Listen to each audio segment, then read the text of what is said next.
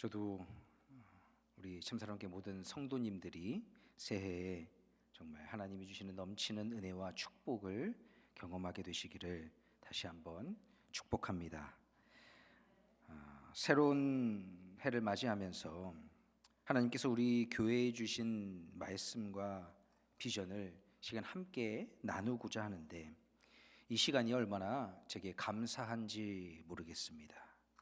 오늘 우리가 함께 나눌 말씀은 에베소서 4장 3절 말씀입니다. 이 말씀을 주신 하나님의 그 뜻을 우리가 함께 이 시간 발견하게 되길 원하는데, 먼저 이 말씀의 배경이 되는 에베소 교회를 우리가 함께 살펴보길 원합니다. 에베소라는 지역은 오늘날의 이제 소아시아라고 해서 터키 서부 쪽 지역에 있는 곳을 가리킵니다. 근데 그곳에서 이 에베소라는 지역은 가장 중요한 상업 도시 중에 하나였습니다. 이곳은 로마 제국의 동쪽과 서쪽을 연결하는 주요 교통과 그리고 무역의 중심지였고, 또 에게해와 가까운 항구 도시로 물류와 사람들의 이동이 굉장히 활발했던 지역이었죠. 그리고 또 하나, 당시에 이 에베소에 유명한 게 하나 있었는데 그게 뭐냐면 아데미 신전이었습니다. 이 신전은 고대 이 세계 7대 불가사의 중에 하나로 그 면적이 굉장히 어마어마하게 큰 그런 신전이었습니다. 그래서 전 세계에서 순례자들이 방문할 정도로 굉장히 유명했죠. 그런데 이 아데미 신전은 에베소 사람들에게 있어서 단순히 예배하는 예배당의 공간뿐만 아니라 그들의 정체성과 그들의 자부심, 우리 에베소에는 세계 모든 사람들이 부러워할 만한 이런 큰 예배당을 가지고 있다, 신전을 가지고 있다라는 그런 자부심의 중심이었죠. 에베소 사람들은 이 아데미 여신을 도시의 수호신으로 여겼습니다. 아데미 여신은 풍요와 다산, 출산, 그리고 사냥의 여신으로 숭배되었고, 이 신전에 많은 순례자들이 외국에서부터, 다른 나라에서부터, 다른 지역에서부터 몰려와서 헌물을 바쳤죠. 아데미 신전을 중심으로 한 우상 숭배는 지역 경제에도 굉장히 큰 영향을 미쳤습니다. 특히 이 은장색이라고 하죠. 도궁들, 뭔가 이렇게 철을 깎고 은을 조각하고 재련해서 모형을 만드는 그런 사람들이 중심이 되어서 이 아데미 여신의 모형을 만들어 판매했어요. 오늘날에도 우리가 유명한 대도시에 가면 뭐가 있죠? 맨하탄에 가면 뭐가 있습니까? 기프트샵이 있죠. 기프트샵에 가면 뭘 팔아요? 자유의 여신상을 작게 만들어서, 혹은 또 뉴욕 맨하탄의 상징인 무슨 건물이 있죠? 엠파이어 스테이트 빌딩, 그와 같은 작은 모형을 만들어서 판매를 한 것처럼 이 에베소의 은장색들도 바로 아데미 여신의 모형 혹은 신전의 모형을 작게 만들어서 사람들에게 판매를 했습니다. 바울의 복음 전파는 이러한 우상 숭배와 경제적 활동에 직접적인 위협이 되었습니다. 그러자 이 장사꾼들이 바울을 비난하면서 그가 손으로 만든 신은 신이 아니라고 말한다라고 하면서 아데미 여신의 숭배와 관련된 이 경제적 이익이 무너질 것을 그들은 두려워했죠. 결국 그들은 바울과 그의 제자들을 반대하는 큰 소동을 벌입니다. 몰아내기 위해서. 바울은 이런 영적 어둠 속에 있는 사람들에게 참된 구원의 소망을 전하기 위해서 에베소에서 3년 동안 복음을 전합니다. 그는 사람들에게 우상을 섬기는 것이 아니라 살아계신 하나님을 예배하라 라고 외쳤고, 복음은 이 영적 어둠을 뚫고 사람들의 영혼을 구원하며 진정한 삶의 변화를 가져올 수 있는 유일한 길이었음을 바울은 잘 알고 있었습니다. 그러나 이 도시에서는 하나님을 믿는다는 게 쉬운 일이 아니었어요. 말처럼. 이런 세속적인 환경 가운데에서도 에베소 교회는 복음의 빛을 밝히기 위해 세워졌습니다. 에베소 교회는 처음에 열정과 사랑으로 시작되었습니다. 바울 사도가 에베소에서 3년 동안 말씀을 가르치며 믿음의 공동체를 세웠을 때 하나님의 역사는 참으로 놀라웠지요. 예수 그리스도의 이름으로 병이 치유되고 악한 영들이 다 떠나갔습니다. 많은 사람들이 그동안 자신들이 섬겼던 그 아데미 여신 우상을 버리고 하나님의 말씀에 따라 살기로 결단했습니다. 에베소에서의 복음의 역사는 참으로 강력했죠. 그러나 시간이 하루하루 한 해 한 해 흘러가면 흘러갈수록 교회 안에는 크고 작은 갈등들이 생기게 되었지요. 기존의 유대인들, 그러나 그리스도인으로 개종한, 그리스도교로 개종한 유대인들, 그들은 자신들이 하나님이 택하신 민족이라는 자부심을 가지고 하나님이 주신 율법을 철저히 지키는 것을 굉장히 중요하게 여겼습니다. 그게 신앙의 전부라고 여겼어요. 반면에 이 이방인들은 전혀 다른 문화와 관습을 가진 사람들로 율법이 아닌 복음의 은혜로 구원받았다는 확신 속에서 살았죠. 그 차이는 서로를 이해하지 못하게 만들었습니다.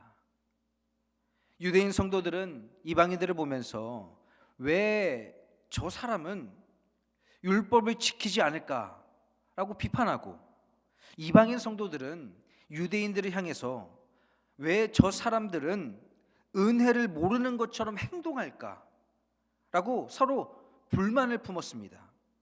서로의 차이를 인정하지 못하면서 교회는 분열의 위기를 맞이했죠. 뿐만 아니라 에베소의 세속적인 문화도 교회에 영향을 끼쳤습니다. 우상 숭배와 물질주의에 물든 이 에베소의 풍조가 성도들 사이에 스며들면서 하나님보다 세상의 가치에 더 끌리는 이들도 생겨나게 되었어요. 그러니까 풍요와 다산, 잘 먹고 잘 살게 해주는 신을 섬기는 이들의 삶을 보면서 거기에 끌리는 거예요. 그래, 맞아. 나도 잘 먹고 잘 살고 싶어. 교회는 그런 외부의 핍박뿐만 아니라 내부의 분열과 영적인 나태함이라는 위기를 맞이하고 있었죠. 근데 이 문제는 과거 2000년 전 에베소 교회에만 있던 문제는 아닙니다. 2025년 오늘날 교회에서들도 이와 같은 비슷한 갈등과 문제들이 여전히 존재하지요. 교회 안에서 이와 같은 갈등과 문제들이 존재하는데, 그때 우리가 돌아봐야 할 신앙의 본질에 대해서 하용주 목사님은 이런 말씀을 하신 적이 있어요. 오랫동안 교회에 다니면서 사람들이 신앙이 깊다고 느낄 수 있습니다. 하지만 신앙의 깊이는 시간의 길이에 있는 것이 아니라 예수님을 닮아가는 사랑과 겸손, 그리고 섬김의 실천에 있다라고 하용주 목사님이 말씀하신 적이 있어요. 많은 사람들이요, 교회 안에서 헌신과 봉사를 소모하는 거라고 생각합니다. 하지만 사실은 하나님께서 주시는 특별한 축복을 경험하는 통로예요. 사람들이 왜 교회 안에서 헌신하고 봉사하는 걸 소모라고 여기냐 하면, 헌신과 봉사를 통해서 하나님이 주시는 축복을 경험해 보지 못했기 때문이에요. 그 자리로 나아가지 못합니다. 마태복음 20장 28절 말씀에 예수님께서는 이렇게 말씀하십니다. 인자가 온 것은 섬김을 받으려 함이 아니요 도리어 섬기려 하고 자기 목숨을 많은 사람의 대속물로 주려 함이니라. 우리가 섬길 때 예수님의 삶을 본받아 더 큰 사랑을 배우고 하나님께서 우리를 통해 일하시는 기쁨을 경험하게 됩니다. 여러분, 연말이 되면 많은 사람들이 서로가 선물을 주고받죠. 선물을 왜 주고받습니까? 선물을 왜 줘요? 받는 기쁨보다 나누고 줄 때 그걸 받는 사람이 기뻐하는 모습이 더 기쁘기 때문에 우리는 누군가에게 선물을 주고 그가 그것을 받을 때 감사함과 기쁜 삶을 살아갈 때 더 큰 보람을 느끼죠. 우리가 섬길 때 예수님의 삶을 우리는 본받고 또 더 큰 사랑을 배우게 됩니다. 하나님께서 우리를 통해 일하시는 그 기쁨을 경험하게 됩니다. 여러분, 우리가 하나님께 드리는 헌신은요, 쓸모없는 게 아니에요. 소모되는 게 아닙니다. 결코 헛되지 않습니다. 고린도전서 18장 58절 말씀은 이렇게 말씀합니다. 그러므로 내 사랑하는 형제들아, 견고하며 흔들리지 말며 항상 주의 일에 더욱 힘쓰는 자들이 되라. 이는 너희 수고가 주 안에서 헛되지 않은 줄을 알미라. 하나님은 우리의 작은 헌신도 기억하시고 갚아주시는 분이십니다. 우리가 드리는 시간과 노력은 하나님 나라를 위해 영원한 열매를 맺게 되는 것이지요. 교회를 개척하고 교회가 재정적으로 자립하고 이제 교회가 안정적으로 하나님의 나라의 일을 하게 된 선배 목사님과 최근에 이제 대화를 나누게 되었습니다.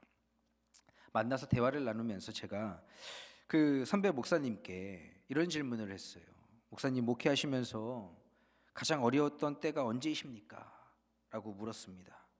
그러자 그 목사님이 제게 이런 얘기를 해주시더라고요. 처음에 개척해서 교회에 처음 발걸음을 옮기는 모든 성도 한 분 한 분이 너무 소중했다고. 그래서 그 성도가 교회에 나와주는 게 너무나 감사했다라고 이야기합니다. 그런데 어느 순간 성도들이 교회에 나오는 게 교회에 나와주게 되는 걸로 바뀌게 되더라는 거예요. 자신이 그렇게 인식을 하니까 성도들이 교회에 나와주는 거라고 인식을 하더랍니다. 여러분, 저와 여러분이 교회에 나와주는 것 자체가 감사한 일인가요? 물론 성도들의 헌신은 소중하죠.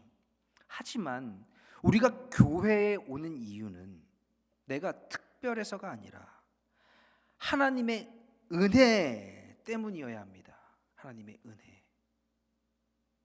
목사님이 그렇게 말씀하시면서 목회하면서 가장 어려웠던 것은 바로 교회가 성장해가면서 기존 성도들과 새로운 성도들 간에 화합을 이루게 하는 게 가장 힘들었다라고 이야기를 해주시더라고요. 이런 상황 속에서 바울 사도는 기존의 유대인 그리스도인들과 이방인 그리스도인들 사이에서 갈등하고 있는 그런 에베소 교회 성도들에게 간절한 마음으로 편지를 썼습니다. 뭐라고 편지했냐? 성령이 하나 되게 하신 것을 힘써 지키라. 이 말씀은 단순한 권면의 말씀이 아닙니다. 에베소 교회가 다시 본질로 돌아가 하나님의 사랑 안에서 연합해야 한다는 강력한 요청이었어요. 바울은 성령께서 이미 교회 안에서 하나 되게 하신 것을 깨닫고 그것을 지키기 위해 노력하라라고 외쳤습니다. 사랑하는 참사랑교회 성도 여러분, 이 에베소 교회의 모습이 우리에게도 낯설지 않게 느껴지지 않습니까? 우리도 각기 다른 배경과 생각을 가진 사람들이 모여서 하나의 교회를 이루고 있습니다. 때로는 서로 다른 문화와 관습이 갈등을 일으키기도 하고요. 또 세상에서의 삶이 우리 신앙에 도전을 주기도 합니다. 하지만 우리가 기억해야 하는 것은 성령께서 이미 우리를 하나 되게 하셨다라는 사실입니다. 에베소서 4장 2절 말씀에 모든 겸손과 온유로 하고 오래 참음으로 사랑 가운데서 서로 용납하라라고 말씀합니다. 이 말씀은 우리에게 겸손과 사랑으로 서로를 용납하라라는 강력한 권면이에요. 저 사람 왜 저래? 라는 삶의 태도를 가지는 게 아니라 그래, 저 사람은 왜 저럴까? 하는 생각으로 그 사람을 이해하려고 노력하는 삶의 태도를 가지라라는 것입니다. 여러분, 신앙의 성숙은요, 첫 번째로 겸손으로 나를 내려놓는 거예요. 겸손히 다른 사람을 세우고 그들을 사랑으로 받아들이는 것이 바로 진정한 성숙입니다. 둘째로는 사랑으로 용납하는 거예요. 바울 사도는 이와 같은 신앙의 성숙으로 우리를 초대하고 그로 인해 평안에 매는 줄로 성령이 하나 되게 하신 것을 힘써 지키라 라고 말씀합니다. 바울의 이 권면은 2000년 전 에베소 교회만을 위한 것이 아니라 바로 오늘 우리를 향한 하나님의 메시지입니다. 우리 참사랑교회도 기도와 섬김으로 하나됨을 이루라는 그런 하나님의 부르심 앞에 지금 서 있습니다. 오늘 말씀을 통해 하나됨의 의미와 그 중요성을 깊이 묵상하면서 하나님께서 우리 교회를 통해 이루고자 하시는 일들을 기대하며 우리는 나아가야 합니다. 여러분, 성령님께서는 이미 우리를요 하나로 묶으셨습니다. 그러나 바울은 여기에서 멈추지 말라고 말하지요. 성령이 하나 되게 하신 것을 힘써 지키라 라고 말씀합니다. 이 말씀은 우리에게 굉장히 중요한 사실을 하나 알려주는데, 하나됨은요 성령께서 이루신 것이지만 그것을, 그 하나됨을 유지하는 것은 우리의 책임이라는 거예요. 하나됨은 자동적으로 유지되지 않습니다. 우리의 노력과 헌신이 필요해요. 기도는 바로 그 하나됨을 지키는 가장 중요한 도구입니다. 기도는요 우리의 마음을 변화시키고 서로를 이해하게 하고 또 하나님의 관점에서 서로를 바라보게 합니다. 기도는 용서의 문을 열어줍니다. 갈등이 생길 때 기도는 우리의 마음을 부드럽게 하고 상처를 치유하고 또 화해의 길을 열어주시오. 기도는 인간의 마음으로는 불가능한 용서를 가능하게 합니다. 또 기도는요 우리 안에 사랑을 일으켜요. 우리는 기도 속에서 하나님께서 우리의 형제 자매를 얼마나 사랑하시는지를 깨닫게 됩니다. 하나님이 나를 사랑하신 것과 같이 내 주위에 있는 형제 자매들을 얼마나 사랑하시는지를 깨닫게 해줍니다. 하나님의 사랑을 기도를 통해 알게 될 때 우리는 자연스럽게 서로를 사랑하게 되시오. 2025년 우리가 기도를 통해 하나됨을 이루어가야 할 줄로 믿습니다. 여러분, 서로를 위해 기도하십시오. 교회를 위해 기도하고 이웃을 위해 기도하며 심지어 갈등을 겪고 있는 사람들을 위해 기도하십시오. 기도는 단순한 말이 아니라 하나님의 능력을 경험하는 통로가 됩니다. 놀라운 건요, 기도가 있는 공동체는요 절대로 무너지지가 않아요. 그 어떠한 위기와 환난과 어려움 속에서도 기도로 세워진 공동체는 무너지지 않습니다. 기도가 하나됨의 마음을 형성한다면 섬김은요 그 마음을 실천하는 행동이에요. 바울은 예수님께서 보여주신 섬김의 본을 교회가 따르기를 원했습니다. 예수님은 제자들의 발을 씻기시면서 섬김의 본질을 가르쳐 주셨습니다. 섬김은요, 내가 아닌 상대방을 중심으로 생각하고 그들의 필요를 채우기 위해 행동하는 거예요. 여러분, 섬김은요, 내가 이거 해줬어, 이게 섬김이 아니라는 거예요. 상대방의 입장에 서서 겸손하게 자세를 낮추고 상대방을 중심으로 생각해서 그들의 필요를 채워주는 게 바로 섬김입니다. 그로 인하여 섬김은 화해의 다리를 만들어줘요. 때로는 말로 풀 수 없는 오해와 갈등이 이 섬김을 통해 치유되게 됩니다. 내가 먼저 상대방을 섬길 때 상대방의 마음이 열리고 관계가 회복되더라라고 말합니다. 여러분, 유명한 이 강연자 김창옥 씨가 부부간의 갈등을 얘기하면서 이렇게 얘기한 적이 있습니다. 아내들이 남편의 그 화해의 제스처를 가끔 이제 이해하지 못할 때가 있는데 그거를 아내들에게 이제 설명해 주는 거예요. 남자들이 본인들도 실수하고 잘못한 거 안 돼요. 그런데 먼저 와서 그냥 솔직하게 딱 내가 이런 거 잘못했어, 내가 그때 미안했어 라고 말하면 좋은데 남자들이 그걸 잘 못한다는 거예요. 그런데 그럴 때 하는 행동이 있는데 그게 뭐냐면 갑자기 설거지를 한다래요. 설거지. 미안한 말 대신에 안 하던 설거지를 하더래요. 갑자기 청소를 하기 시작하더랍니다. 안 하던 빨래를 하더래요. 그러면 아내들에게 이렇게 얘기하는 거예요. 이 남편이 정말 미안해하고 있구나, 나한테. 그렇게 받아들이라는 거예요. 여러분, 남편이요, 미안해, 잘못했어, 이런 사과의 말도 좋지만 아내의 입장에서 섬기는 자리로 나아가는 겁니다. 그러면 그게 화해의 브릿지, 다리를 만들어주는 거예요. 여러분, 섬김은요, 내가 상대방을 먼저 섬길 때 상대방의 마음이 열리고 관계가 회복되게 됩니다. 섬김은 하나님의 사랑을 드러내는 거예요.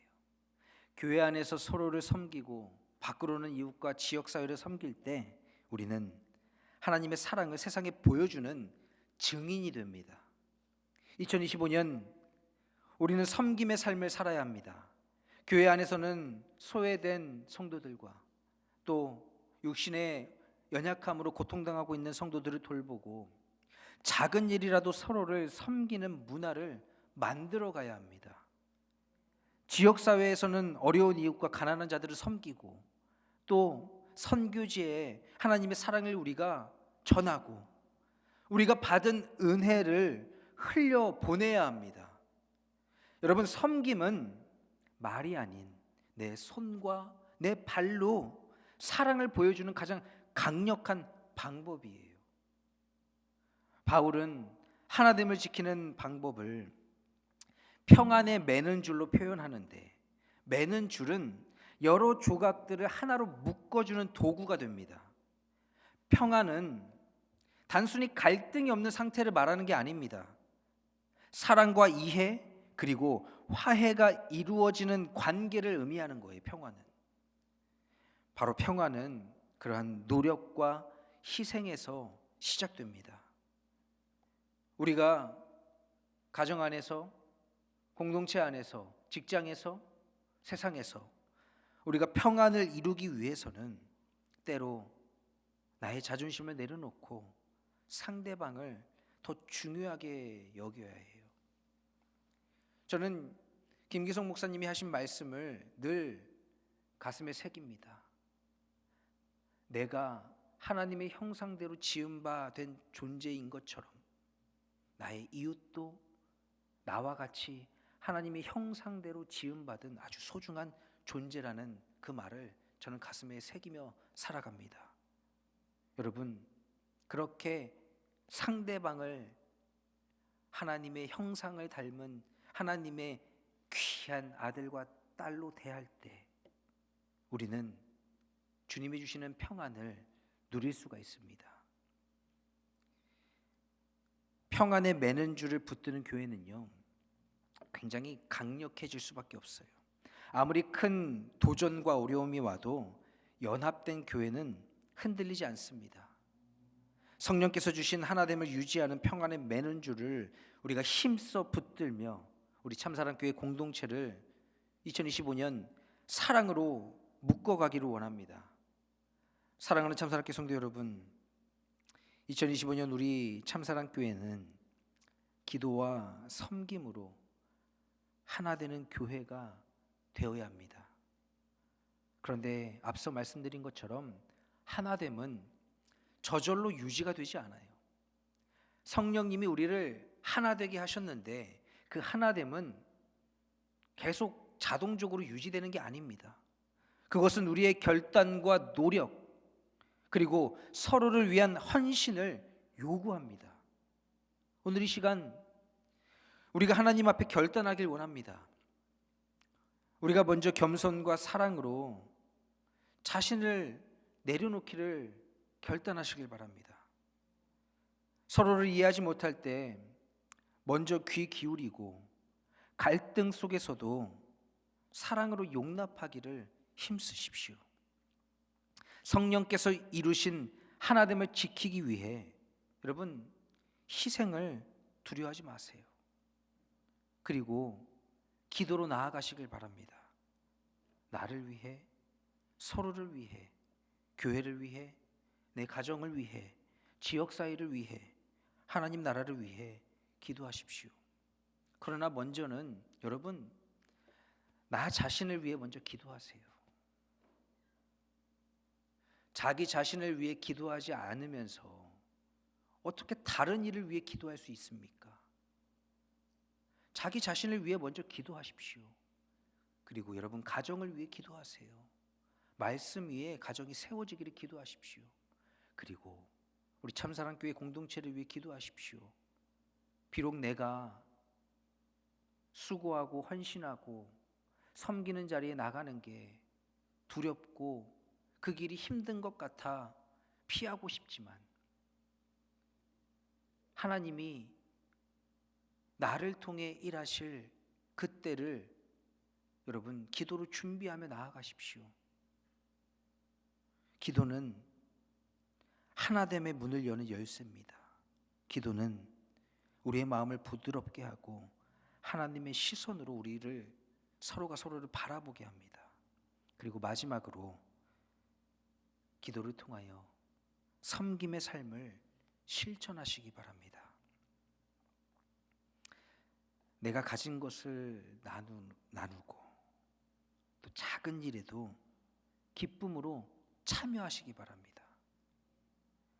목사님, 제가 교회에서 뭘 할 수 있을까요? 여러분, 할 일 너무나 많아요. 할 일 많아요. 물어보는 사람이 없어서 제가 대답 드릴 수가 없는데 물어보십시오. 알려드릴게요. 할 일 많습니다. 그리고 여러분의 작은 섬김이 하나님의 핏값으로 세운 이 교회, 주님의 몸된 교회를 우리가 하나 되게 지속해 나가는 힘과 원동력이 될 줄로 믿습니다. 예수님께서 제자들의 발을 씻기시며 보여주신 그 섬김의 본을 따라서 우리의 삶 속에서 하나님의 사랑을 행동으로 드러내는 우리 참사랑교회가 되기를 주님의 이름으로 간절히 축원합니다. 우리 시간 함께 기도하겠습니다.